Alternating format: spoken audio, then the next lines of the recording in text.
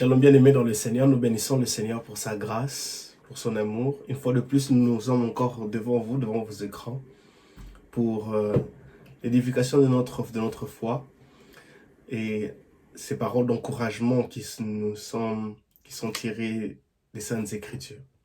Je suis persévérant, mon Polo, votre frère, serviteur de Dieu et un disciple pour plusieurs, et je suis aussi membre effectif de l'église Ephrata, qui est basée à Bolton, en Angleterre, et dont mon pasteur, c'est le docteur Hubert Kayonda, dont nous sommes un produit de ses enseignements, de ses encouragements, de ses prédications, de son leadership sur nous. Et nous bénissons le Seigneur pour cela. Et nous occupons différentes responsabilités. Nous assumons différentes responsabilités au sein de l'Église. Et c'est là pas pour notre intérêt, mais pour l'avancement de l'œuvre de Dieu et pour la gloire et la gloire seule de notre Dieu. Nous bénissons le Seigneur pour ce jour où nous apportons encore la parole de Dieu. Nous faisons de notre mieux pour apporter la parole de Dieu, ces paroles d'encouragement chaque semaine, afin que plusieurs d'entre vous soient bénis. Nous remercions ceux-là qui sont toujours, qui sont pour nous une famille, qui suivent ce que nous faisons et qui aussi nous bénissent aussi, au travers de leurs commentaires, au travers de leur amour, dans les différents messages que nous recevons. Que Dieu vous bénisse et que Dieu vous fasse énormément du bien. Prions le Seigneur. Tendre Père, je dis merci pour mon frère et ma sœur. Merci pour tous ceux qui nous suivent en ce moment, Seigneur. Peu importe le temps, l'heure, Père éternel tout-puissant, nous croyons fermement que tu nous béniras, tu nous feras du bien. Tendre Père, je ne sais pas parler, mais je te prie que tu m'aides, Seigneur, une parole de joie, de paix, d'encouragement dans la vie de mon frère et de ma sœur. Saint-Esprit de Dieu, nous avons pleinement besoin de toi.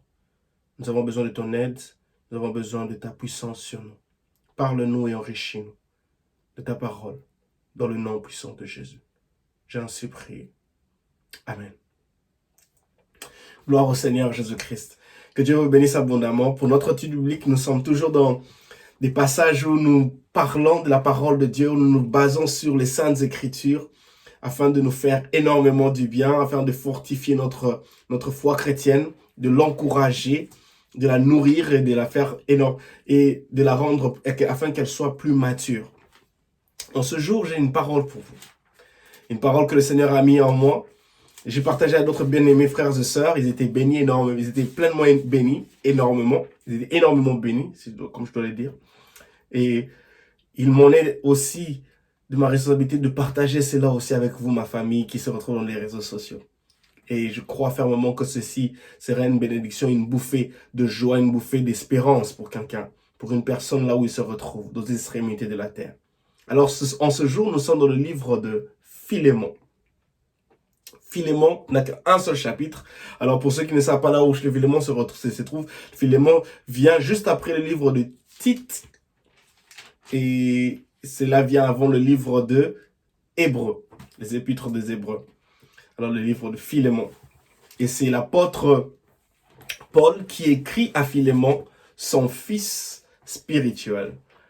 Et pour certains étudiants de la Bible, théologiens, ils disent que c'est une lettre d'amour, une lettre qui regroupe plusieurs indications, plusieurs consignes, mais aussi la chose la plus importante, c'est que dans cette lettre d'amour, il y a certaines instructions, il y a certaines leçons dont nous pouvons tirer de cela. Et nous allons lire ce soir, en ce jour, tout dépend de l'heure où vous nous suivez, le livre de Philémon. Philémon chapitre 1. Il n'a qu'un seul chapitre et il n'a que 25 versets. Nous allons lire dans la version Semeur. La Bible dit ceci: Paul, le prisonnier de Jésus-Christ, et Timothée, notre frère, salue Philémon, notre cher ami, notre collaborateur, ainsi qu'Apphia, notre sœur, Archippe, notre compagnon d'armes, et l'église qui s'assemble dans ta maison. Verset 3. Que Dieu notre Père, le Seigneur Jésus-Christ, vous accorde la grâce et la paix. Verset 4. Je ne cesse d'exprimer ma reconnaissance à Dieu lorsque j'ai fait mention de toi dans mes prières, car j'entends parler de l'amour et de la foi dont tu fais preuve envers le Seigneur Jésus et envers tous les membres du peuple saint. Je demande à Dieu que la solidarité qui nous unit à cause de ta foi se traduise en actes et qu'ainsi que tout le bien que tu nous auras, que nous t'aurons amené à faire pour Christ soit rendu manifeste. Car j'ai éprouvé une grande joie et un grand encouragement en apprenant comment tu mets ton amour en pratique. Frère, tu as en effet réconforté les cœurs de ceux qui font partie du peuple saint. C'est merveilleux. Rien qu'à lire ces paroles, vous sentez qu'il y a de l'amour que Paul est en train de transmettre à son fils spirituel, Philémon. Le verset 8, il continue. C'est pourquoi, malgré toute la liberté que Christ me donne de te prescrire ton devoir, je préfère t'adresser cette demande au nom de l'amour. Étant ce que je suis, moi, Paul, un vieillard, et de plus maintenant un prisonnier à cause de Jésus-Christ. Je t'adresse cette demande au sujet de mon enfant, Onésime, dont je suis devenu le père spirituel ici en prison. Autrefois, il était inutile, mais maintenant, il est utile, à toi comme à moi. Verset 12, je te le renvoie donc, lui qui était devenu comme une partie de moi-même. Personnellement, je te l'aurais volontiers gardé auprès de moi. Il aurait pu ainsi me rendre service à ta place alors que je suis en prison à cause de l'évangile. Je n'ai cependant rien voulu entreprendre sans ton assentiment, pour que le bienfait que tu m'aurais ainsi accordé ne soit pas forcé, même en apparence, mais entièrement volontaire. Verset 15. D'ailleurs, qui sait, peut-être Onésime a-t-il été séparé de toi pour un temps, afin que tu le retrouves pour toujours? Non, plus comme un esclave, mais bien mieux qu'un esclave. Comme un frère, très cher. Il est tellement pour moi, combien plus le sera-t-il pour toi, en tant qu'homme et en tant que frère dans le Seigneur. Verset 17. Par solidarité envers moi, accueille-le comme s'il s'agissait de moi-même. Si tu as été laissé par lui ou s'il doit quelque chose, porte cela sur mon compte. J'écris ce qui se suit de ma propre main. Moi, Paul, je te rembourserai ces dettes.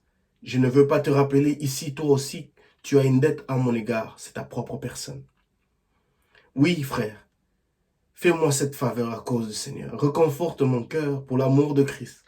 Je dresse cette lettre avec la certitude que tu répondras à mon attente. Et même, je le sais, tu feras encore plus que je ne demande. Verset 22. En même temps, prépare-moi une chambre. J'ai bon espoir de vous être rendu bientôt en réponse à vos prières. Verset 23. Epaphras, qui est en prison avec moi à cause de Jésus-Christ, te fait bien saluer.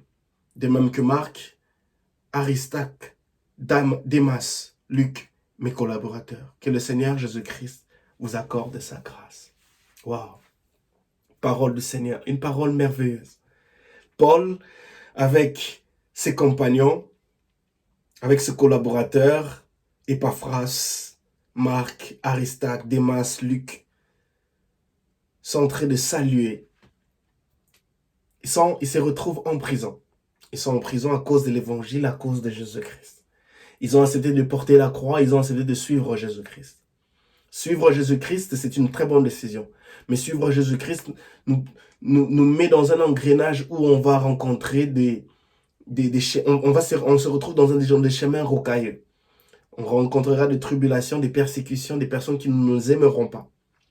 Mais à cause de Jésus-Christ, nous sommes appelés à persévérer, à continuer à avancer de l'avant, à croire, et à continuer à croire que notre futur est meilleur du moment où nous portons Jésus-Christ en nous. Parce que le monde des ténèbres ne sera jamais content de nous voir être épanouis, porter cette lumière en nous, la lumière de Jésus. La Bible dit que dans le livre de Matthieu, chapitre 5, verset 9, Jésus dit que je suis la lumière du monde. Quiconque viendra, quiconque. Ça, c'est dans le livre de Jean, chapitre 5, verset 9. Et aussi dans le livre de Matthieu, chapitre 5, 14 à 16. Jésus dit qu'il est la lumière du monde. Il est la lumière du monde. Et nous qui considérons Jésus comme notre modèle suprême, du moment où nous l'acceptons, nous recevons Jésus-Christ comme Seigneur et Sauveur, sa lumière demeure en nous. Et nous sommes porteurs de la lumière. Et nous voyons dans ces récits, dans ces chapitres 20, dans ce seul chapitre, cette lettre de Paul à Philémon, Paul est en train de féliciter son fils Philémon pour ses prouesses, pour son amour, pour ce qu'il est en train de faire, sa solidarité, les preuves d'amour qu'il a envers le peuple saint, où les gens se réunissent dans sa maison pour adorer, l'église qui s'assemble dans ta maison. Philémon, un homme, la Bible, on décrit Philémon comme une personne qui avait assez d'argent, un homme assez riche, un homme assez stable dans la vie. Quand je pense aux gens stables dans la Bible, on voit aussi Zachée, qui était un homme très riche, qui était aussi stable. Et aussi ici, on voit Philémon qui est stable, ou qui l'église se rassemble dans sa maison. Il fait des prouesses, des preuves d'amour. C'est un homme qui est riche et il a des esclaves aussi. Et Paul en est vraiment content. Il dit au verset 4, j'ai éprouvé une grande joie et un grand encouragement en apprenant comment tu mets ton amour en pratique. Il est riche, il est opulent, il a tout ce que on peut définir comme un homme bien stable dans la vie, mais cela ne l'empêche pas de manifester ses preuves d'amour pour le royaume de Dieu, pour servir Dieu, pour avoir un père spirituel dont il est prêt à aller au-delà de ce que son père spirituel le demande de faire. C'est-à-dire qu'il y a l'obéissance. Au-delà d'être un homme d'une grande classe sociale, il est chrétien et il croit en Dieu et il met en application, il met tous ses atouts pour l'avancement de l'œuvre de Dieu. Quitte à nous aussi de prendre ceci comme un exemple important, qu'il est important pour nous. De ne pas toujours considérer que non, quand je suis riche, je suis un homme d'affaires, je ne peux pas aller à l'église, je ne peux pas aller à l'intercession, je ne peux pas participer aux différents cultes de l'église. Non. Nous sommes appelés à être aussi impliqués dans l'œuvre de Dieu, peu importe notre grand social. Et Philémon en est un exemple ici pour nous, qui est très très important. Il dit, verset 7, frère, tu en as fait réconforter le cœur de ceux qui font partie du peuple saint.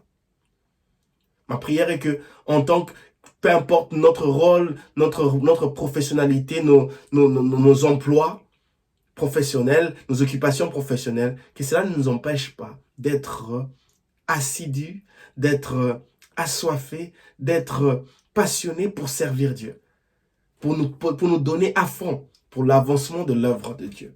Et ceci est très très important. Mais ce soir, en ce jour, j'aimerais vraiment que nous puissions nous baser. Le sujet de mon interprétation, de mon exhortation de ce soir, de ce jour, c'est à partir du verset, je dirais à partir du verset 8 jusqu'au verset 19. Paul dit clairement, il dit, c'est pourquoi malgré toute la liberté que Christ me donne de te prescrire ton devoir, je préfère t'adresser cette demande au nom de l'amour. Il écrit une lettre, mais cette lettre, il demande quelque chose, il se demande au nom de l'amour. Il écrit une lettre d'amour, une lettre dont il y a des recommandations, il y a des besoins dont il préfère les placer sur l'amour. Et il dit, Paul définit lui, il s'est défini, moi, Paul, vieillard, et de plus maintenant emprisonné à cause de Christ. Ceci aussi est un autre aspect important. L'âge, il n'y a pas d'âge pour servir Dieu. Il n'y a pas d'âge limite ou non, je peux me dire j'ai 70 ans, j'ai 40 ans, j'ai 50 ans, je n'ai plus cette force-là pour servir Dieu. Non. La Bible dit clairement ici, Paul dit un vieillard et de plus, prisonnier à cause de Jésus-Christ.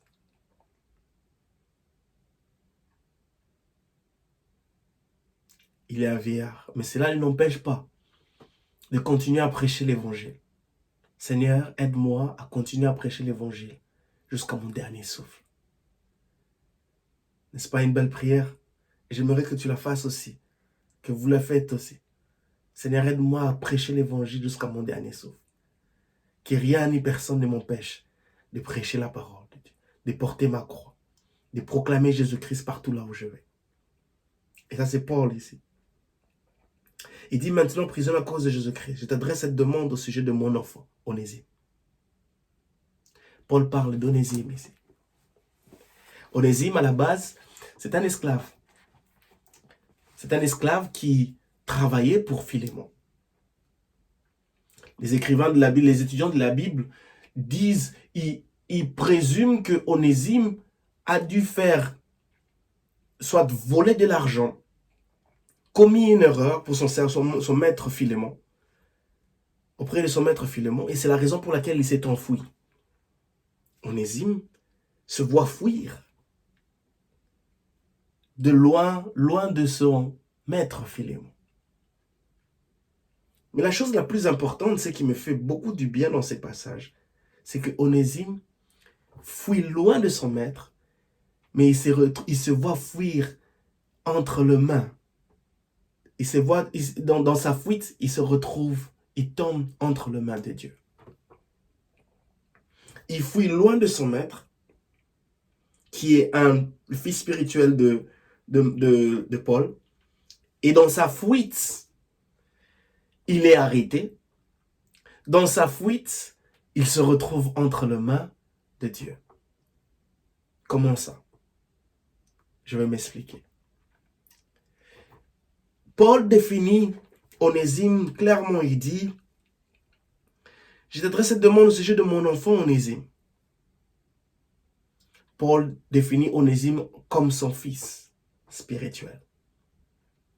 Il dit, « Onésime dont je suis devenu le père spirituel, ici en prison. » Retenez bien ce mot prison parce que nous allons le développer après. C'est en prison.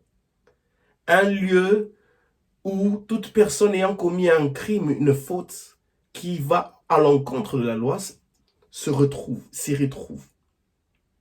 Ce n'est pas un lieu de joie. C'est un lieu de tristesse, d'amertume, de beaucoup de souvenirs. Où on commence à « si je savais ». On formule toutes ces phrases-là. Les jours passent, et on se retrouve en prison. Et c'est la prison. Je pourrais même dire que c'est un lieu ténébreux, où il n'y a pas de vie. On perd carrément l'espérance. On se retrouve dans la dépression, l'anxiété, le souci, le stress. Et c'est dans ce même lieu-là que Paul, avec ses collaborateurs, il se retrouve. Mais leur pensée, leur attitude est totalement différente parce qu'ils sont là à cause de Jésus-Christ. Pour eux, le fait de se retrouver en prison est une joie parce ils sont en train de le faire pour Christ. Ils savent qu'il y a une meilleure récompense pour eux devant eux. Et bizarrement, Onésime se retrouve dans la même prison avec Paul, qui devint après quelques temps son père spirituel. La Bible dit clairement, autrefois, il était inutile, mais maintenant, il est utile, comme à toi, comme à moi. Le sujet de mon exhortation ce soir, c'est faire revivre mon utilité. Faire revivre mon utilité. La signification du nom Onésime veut dire utile. Onésime s'appelle utile. Son nom signifie utile. Mais malheureusement, Onésime ne vit pas la réalité. Il ne vit pas son utilité dans la vie courante, dans la vie pratique. Parce qu'il se rend compte que non, il n'est pas utile d'une manière épanouissante. Il est esclave d'un maître et il fuit loin de ce maître, où Paul même présume que s'il t'a lésé, s'il t'a fait du mal ou s'il t'a volé quelque chose, mais ça sûrement, on en parlera encore plus tard. Onésime, dont le nom signifie utile, ne vit pas cette utilité-là. C'est un brigand, c'est un esclave. La Bible ne définit pas la raison pour laquelle il se retrouve en prison. Dans sa fuite, les théologiens disent, ils parlent qu'il se retrouve dans une fuite, bien sûr, mais en tant que, dans cette fuite-là, nous présumons qu'il ait commis d'autres crimes, où il se retrouve maintenant en prison.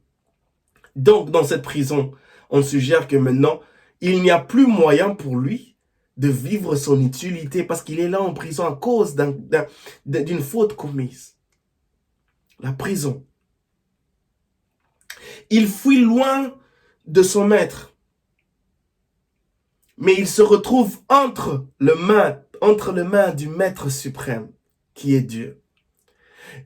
Dont Dieu utilise Paul pour changer la vie d'Onésime, de l'inutilité à l'utilité. À toi qui me suis maintenant, s'il s'avérait que dans les prochaines minutes, il s'avérait que vous devez partir, vous avez arrêté cette vidéo, laissez-moi vous dire ceci. Dieu est capable de vous changer, de transformer, de restaurer votre utilité. Vous étiez avant utile, mais il y a des choses qui se sont passées à tel point que votre utilité a été enfoncée, a disparu, a été écartée.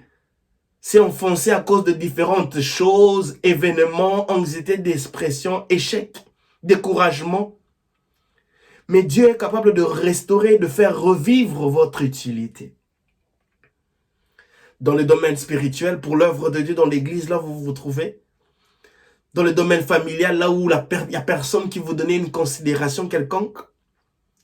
Dieu est capable de faire revivre votre utilité. Comme Onésime en tant que chrétien, on ne se rend pas compte que non. On se rend compte que non. Mon nom signifie utile, mais je ne vis pas cette utilité-là. Je suis inutile. Je suis un esclave. Je n'ai pas de valeur. Je vole, je fuis, je détruis, je commets des erreurs, des fautes irréparables. Et ça me coûte cher et je me retrouve en prison. Mais gloire soit rendue à Dieu parce que Dieu est le maître de temps et des circonstances. Les plans de Dieu sont différents de nos plans. C'est là, le prophète Ésaïe parle de ça dans le livre de Ésaïe chapitre 55 du verset 8 au verset 10. Les plans de Dieu sont totalement contraires à nos plans. Onésime se retrouve en train de fuir loin de son maître, mais il se retrouve dans sa fuite, il se retrouve entre les mains du maître qui est notre Dieu, le maître qui est au-dessus de tout. Donc, Dieu utilise au travers de l'apôtre Paul. Onésime se retrouve en prison. Dans ce cadre-là qui est ténébreux, qui a une image ténébreuse, il n'y a pas de joie, il n'y a que de l'amertume. Mais Onésime se retrouve en prison.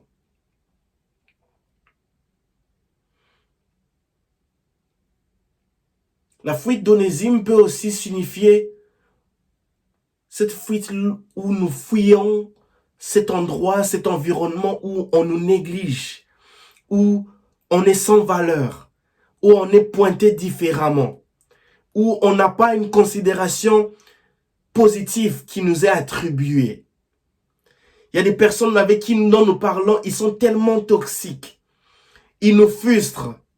Ils nous détruisent. Ils détruisent notre fort intérieur, notre cœur, notre âme, notre esprit, à tel point qu'on ne se concentre plus. On n'arrive plus à manifester ou à chercher à développer ou à mettre en action ou à mettre en disponibilité notre utilité, nos talents.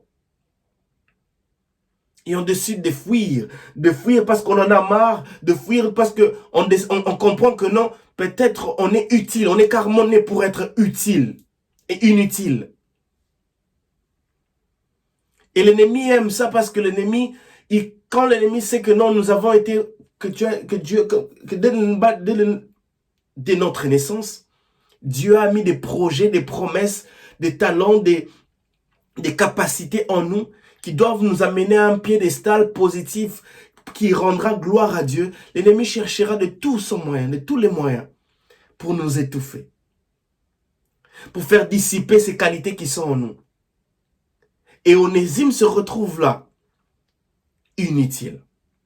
Lui dont le nom signifie utile, mais il se retrouve là, inutile. L'inutile se retrouve maintenant en prison. Les plans de Dieu sont différents. Les plans de Dieu sont contraires aux nôtres.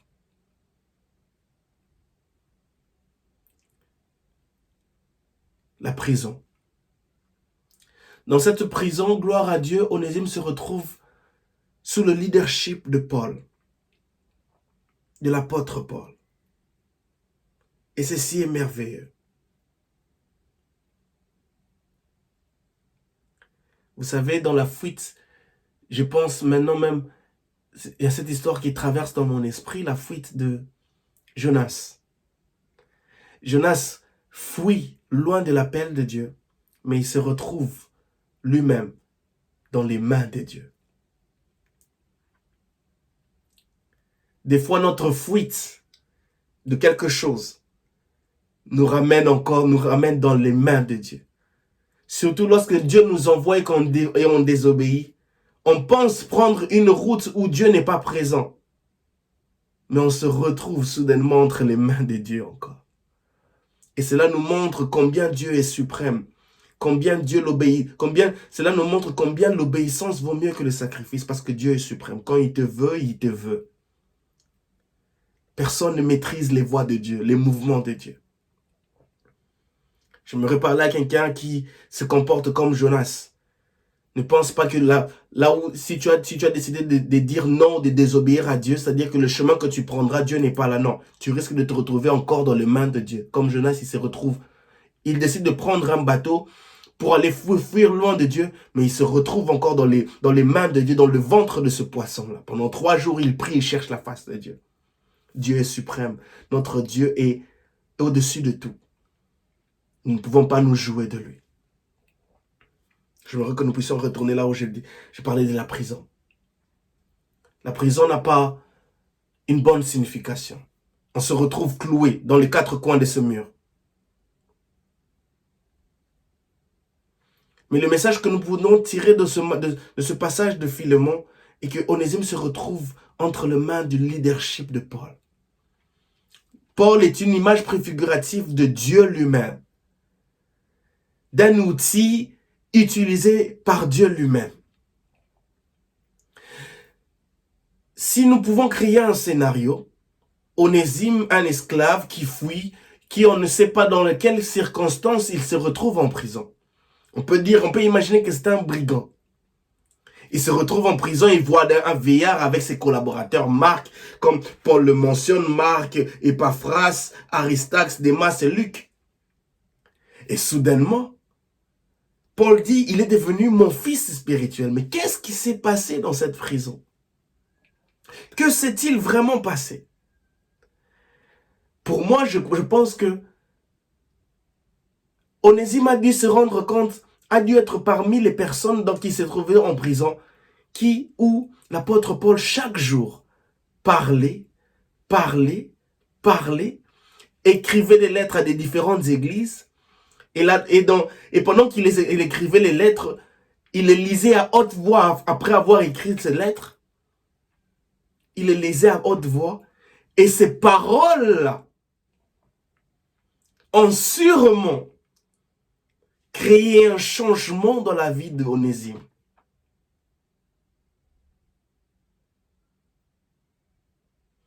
À toi qui négliges la parole de Dieu, à toi qui négliges les enseignements bibliques, j'aimerais te dire, c'est de la même façon que le diable peut posséder la vie de quelqu'un au travers des paroles, des enseignements, des livres sataniques. De la même manière que Dieu peut changer la vie de quelqu'un du moment où tu décides de donner tes oreilles à la bonne parole, de donner tes oreilles pour écouter les paroles de Dieu. Et cela peut changer ton âme, ton esprit. Assurément, Onésime n'avait pas l'intention d'écouter ces paroles d'un vieillard. Pas du tout. Il n'en avait pas l'intention. Il est déjà en prison, stressé, dépressé, il n'y a pas dessus, il était esclave, il a fui loin de son maître, et son nom signifie utile, mais il ne vit que le contraire de la signification de son nom. Mais je suis sûr que le premier jour, ça n'a pas marché. Le deuxième jour, jour après jour. Et finalement, toutes ces paroles ont débordé parce que c'était le seul environnement où il se retrouvait. Cloîtré dans ces 4 coins du mur. Et sa vie a été transformée. Et il se retrouve sous le leadership de Paul. Et Paul le considère comme son fils spirituel. Wow. En prison. Qui pouvait espérer qu'en prison, Onésime pouvait être transformé, pouvait vivre, pouvait être restauré, pourrait être changé. être transformé et revivre encore la signification de son nom, être utile. Mais maintenant, pas être utile seulement pour dire, mais pour être utile pour le royaume de Dieu. Paul dit, maintenant il est utile, mais à toi comme à moi. D'ailleurs, Paul fait comme un peu il manifeste un certain désir. Il dit, j'aurais bien voulu le garder avec moi parce qu'il m'est utile ici en prison. Mais je te le renvoie. J'aurais bien voulu le garder. On lit au parti de verset personnel, verset très personnellement. Je l'aurais volontiers gardé auprès de moi. Il aurait pu aussi me rendre un service à ta place, alors que je suis en prison à cause de l'évangile. Il y a ce désir-là dans le cœur de Paul de garder Onésime. Parce qu'il a investi en lui. Il a vu la personne d'Onésime être changée. En tant que père, il voit son fils grandir, devenir utile, devenir capable de prêcher l'évangile, être équipé. Il équipe Onésime. Onésime se retrouve maintenant dans un environnement où il ne considère plus comme un environnement désastreux, désespéré qui est la prison, ou un environnement de stress, de souvenirs. Mais maintenant pour lui, Onésime, c'est une joie parce que c'est un environnement de naissance, qui a donné naissance à un nouveau Onésime, qui a restauré la vie, le fort intérieur d'Onésime. La signification de la prison ici, dans ce passage, pour moi, c'est comme l'église. C'est comme dans l'assemblée des saints, dans cette fraternité où on a des frères et sœurs, des frères et sœurs qui nous encouragent, qui nous boostent, qui nous poussent à servir Dieu, à craindre Dieu. La prison. Verset 15, il dit, d'ailleurs, qui sait, peut-être Onésime a-t-il été séparé de toi pour un temps, afin que tu le retrouves pour toujours. Il y a de ces histoires où Dieu nous amène, nous fait muter. Dieu nous sépare dans son plan suprême, comme on l'a dit dans le livre d'Ésaïe, chapitre 55. Les plans de Dieu sont différents. Quand Dieu voit que non, cette personne est appelé à vivre, à aller dans une dimension différente. Mais malheureusement, il se retrouve dans un environnement toxique. Il se retrouve où la signification, les plans de Dieu dans sa vie ne sont pas toujours activés. Alors Dieu met en place un système, un paramètre qui te détache de l'endroit là où tu te retrouves. Et il t'amène dans un environnement qui te change.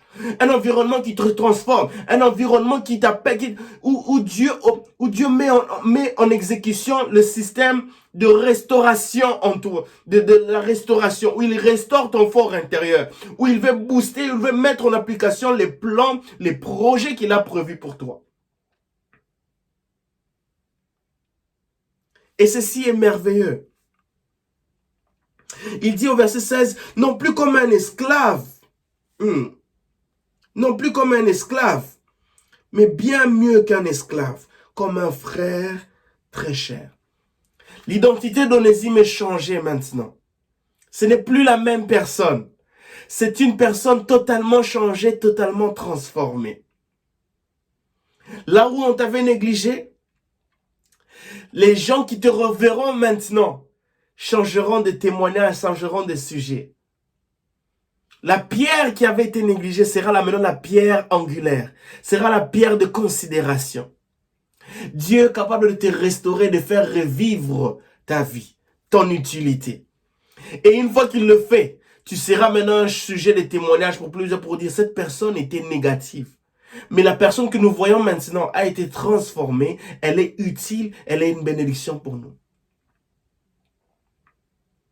Il y a de ces prisons où Dieu nous amène, où Dieu nous détache, où Dieu nous amène dans une prison où on s'est dit, on a quitté le pire, mais maintenant on a quitté une situation qui était pire, maintenant on sent pire encore. Une situation qui est encore plus désastreuse. La prison. Il y a de certaines prisons qui nous sont bénéfiques. Il y a de certaines prisons où Dieu veut se révéler à nous. Dieu veut manifester sa gloire dans notre vie aux yeux de plusieurs, aux yeux de ces personnes qui ne voyaient aucune espérance en nous, qui ne voyaient aucun avenir en nous. La prison. En préparant cette exhortation, j'ai pensé à plusieurs passages qui parlent de la prison, plusieurs histoires dans la Bible qui mentionnent la prison. Cette première histoire, c'est dans le livre des Actes au chapitre 16. Paul et Silas sont emprisonnés, ils se retrouvent en prison. Comme je l'ai dit, Dieu est capable de vous amener d'un coin à un autre, d'un lieu, d'une situation qui était pas du tout assez bonne, mais il vous amène encore dans un cadre, dans un environnement plus pire, plus désastreux que la précédente. Mais au fait, dans le plan de Dieu, c'est dans cette situation-là, c'est dans cet environnement-là qu'il a prévu de vous changer, c'est là qu'il a prévu de vous amener à un niveau spirituellement mature. Paul et Silas se retrouvent en prison. Ils sont arrêtés à cause de l'évangile. Mais la Bible nous dit clairement qu'au milieu de la nuit, Paul et Silas enchaînés se mirent à louer le Seigneur, à adorer Dieu. Et c'est alors qu'un vent impétueux souffla et secoua les fondations de la prison et toutes les portes et les chaînes furent brisées. Et tous les prisonniers sortirent. Ils se retrouvent en prison. Mais dans cette même prison-là, Dieu avait un plan plus supérieur que ce que les autorités avaient. Les autorités pensaient faire arrêter ces deux personnes qui prêchaient l'évangile. Mais en fait, Dieu avait un plan plus supérieur. De libérer même plusieurs personnes, que ces deux personnes soient des machines de bénédiction qui ouvrent, qui permettent à ce que d'autres personnes puissent bénéficier de leur présence en prison. Et la Bible dit clairement que tous ces prisonniers sortirent, s'enfuir, à cause de la louange de deux personnes. Il y a certaines prisons où Dieu nous amène à se retrouver afin que nous puissions être des machines de bénédiction, des tremplins, des clés qui ouvrent des opportunités, qui ouvrent le chemin à plusieurs. Paul et Silas en prison. Mais en prison pour être une machine de bénédiction. En prison pour prêcher l'évangile. Parce qu'il y a des gardes qui voulaient se faire du mal. Mais Paul le dit, ne te tue pas, nous sommes là. Crois au Seigneur Jésus, tu seras sauvé, toi et ta famille. Il le prêche l'évangile. Ils annoncent la bonne nouvelle à ce monsieur qui avait voulu se suicider. C'est tuer, c'est donner la mort. Les plans de Dieu sont totalement différents. En prison. Joseph se retrouve en prison. C'est dans le livre de Genèse. Nous sommes dans le livre de Genèse. Nous n'allons pas lire, mais c'est juste pour vous mentionner cela. Le livre de Genèse, je n'aimerais pas faire des erreurs. Le livre de Genèse, la Bible dit clairement, dans le livre de Genèse, je crois, chapitre 37.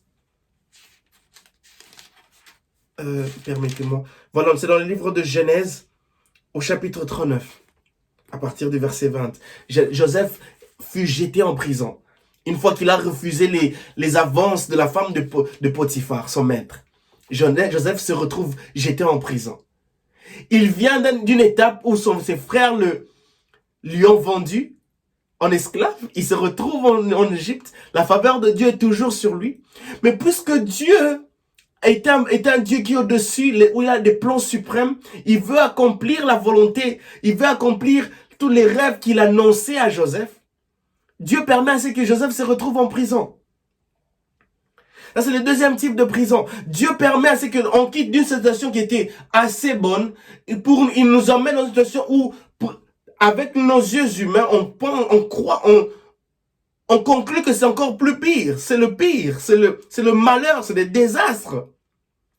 Mais Joseph se retrouve en prison, cette fois-ci. La Bible dit clairement que la faveur de Dieu était toujours sur lui, à tel point qu'il trouva grâce au chef et on lui donna des responsabilités.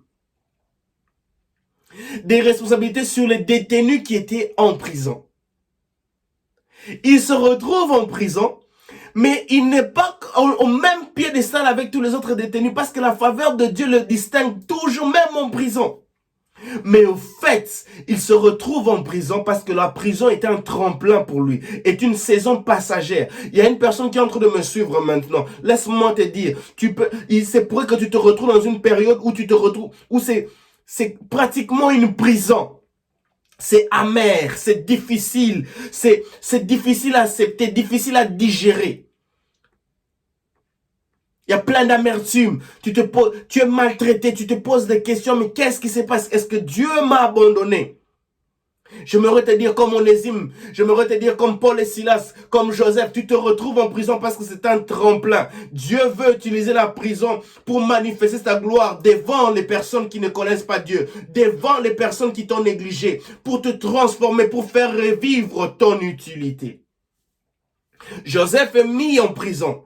On pense que c'est fini. Son utilité qu'il avait pour Potiphar est mise à terre.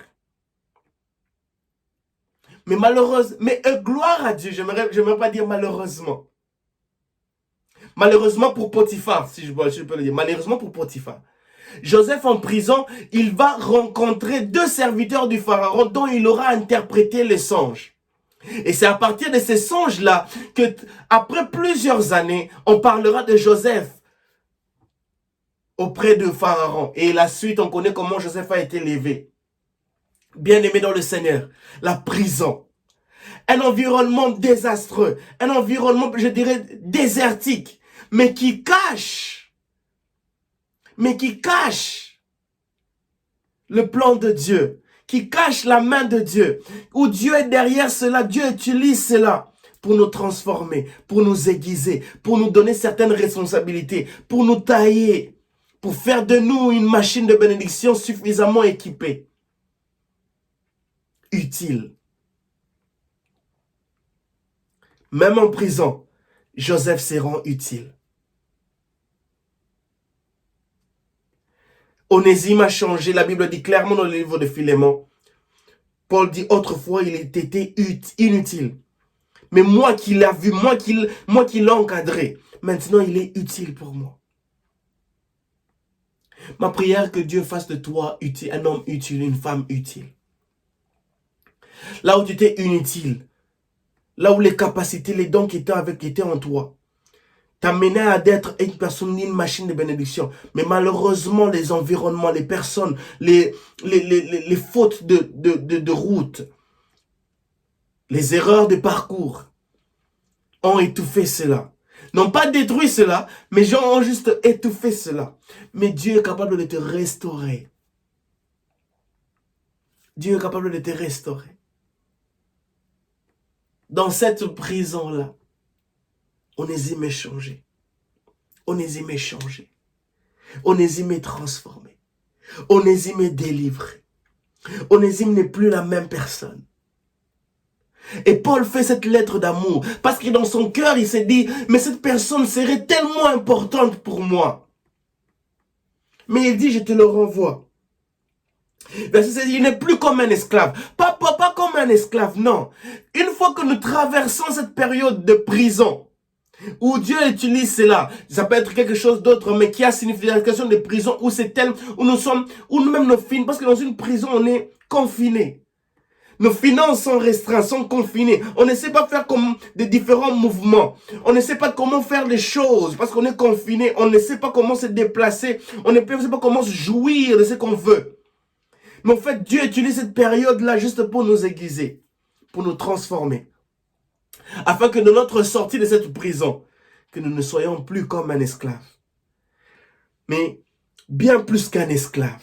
Dieu veut nous aider. C'est pourquoi j'ai dit cette prison est un tremplin pour monter de niveau.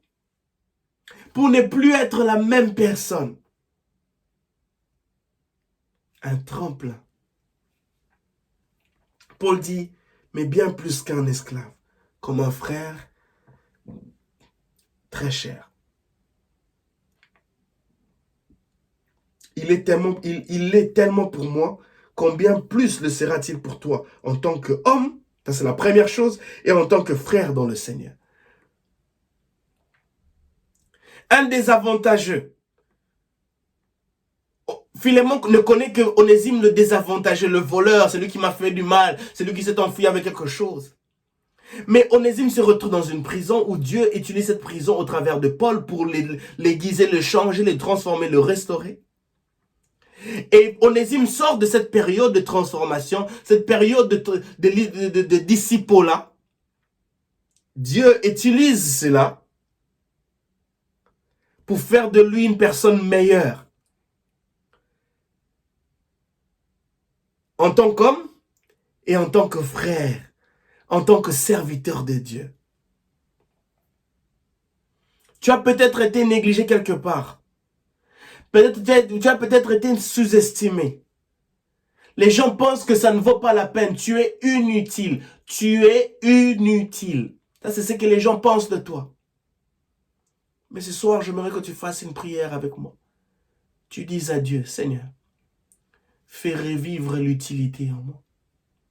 Fais revivre, restaure les capacités, les talents, les qualités que tu avais mises en moi. Que tu as mises en moi. Qui ont été étouffées à cause de mes erreurs. Qui ont été étouffées à cause de mes erreurs de parcours.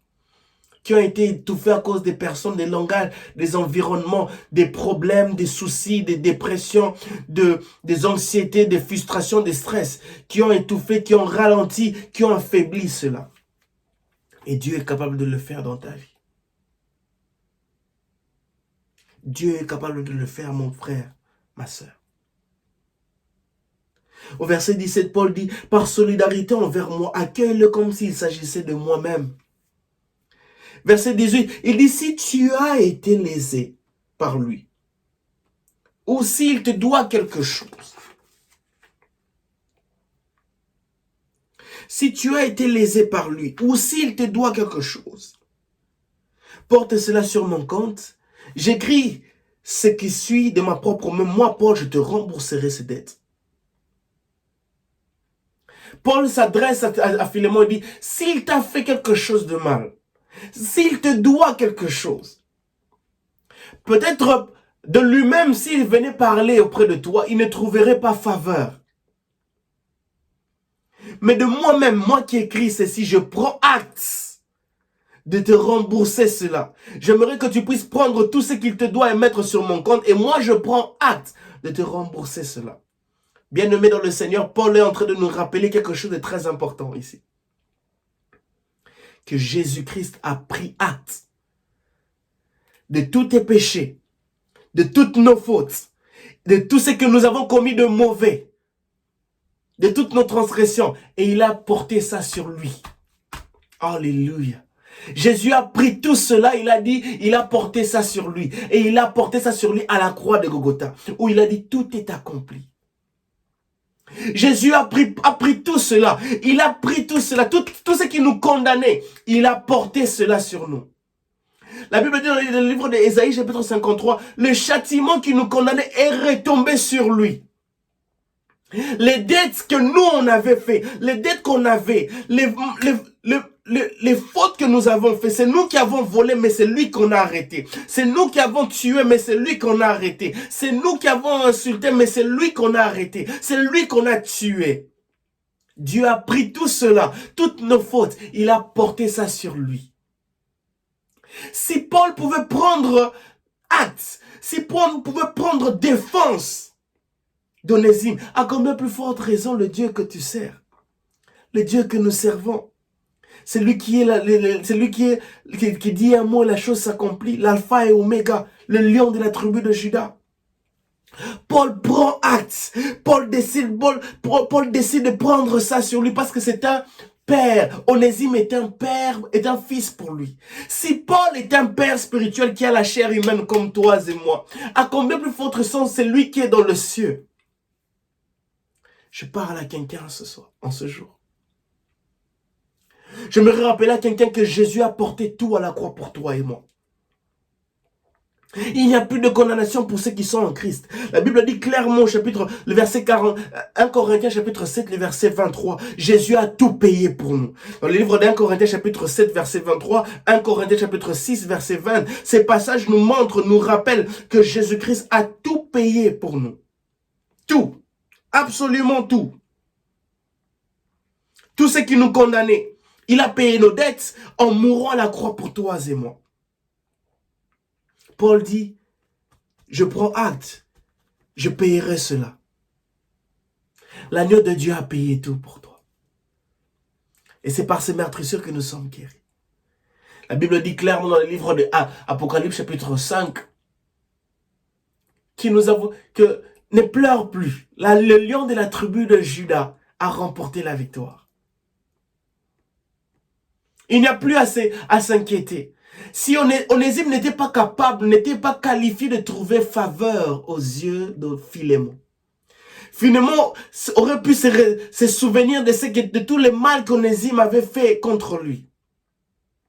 Alors il fallait que Paul écrive une lettre, cette lettre d'amour, pour dire à Philémon, Philémon, mon fils spirituel, voici ton esclave, mais qui est devenu mon fils spirituel, et s'il t'avait fait du mal, s'il te doit quelque chose, je mets ça sur mon compte. Onésime pouvait se dire, qui va m'aider, qui va défendre? Il pouvait se mettre à pleurer. C'est un peu comme dans le livre, et c'est là que fait référence au livre d'Apocalypse chapitre 5, où la Bible dit clairement, ne pleure plus, car le lion de la tribu de Juda est digne d'ouvrir les seaux, de te défendre, de prendre ta défense face à tes ennemis, face à ces personnes-là qui pensent que tu es toujours inutile. Mais pourtant, Dieu t'a changé, Dieu t'a restauré, Dieu t'a transformé, Dieu t'a délivré. Et c'est ma prière en ce jour, que nous puissions dire à Dieu, Seigneur, fais revivre mon utilité. Fais revivre ce qui était mort en moi. Fais revivre ce qui n'avait plus, ce qui a été étouffé. Fais revivre les dons spirituels. Fais revivre l'amour, la joie, la paix. Fais revivre tout cela en moi. Et Dieu est capable de le faire parce que c'est un Père et nous sommes ses enfants.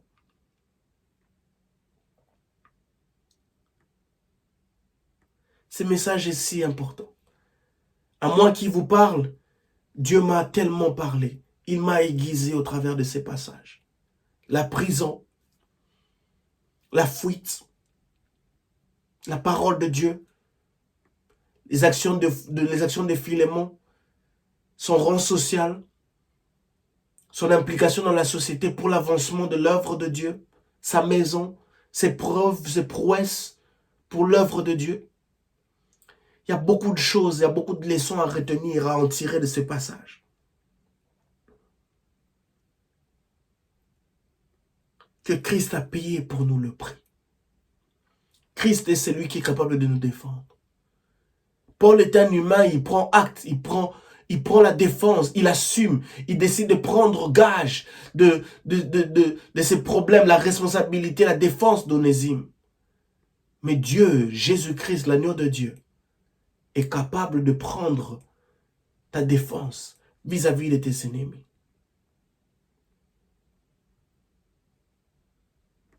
Ne t'inquiète pas de te retrouver en prison.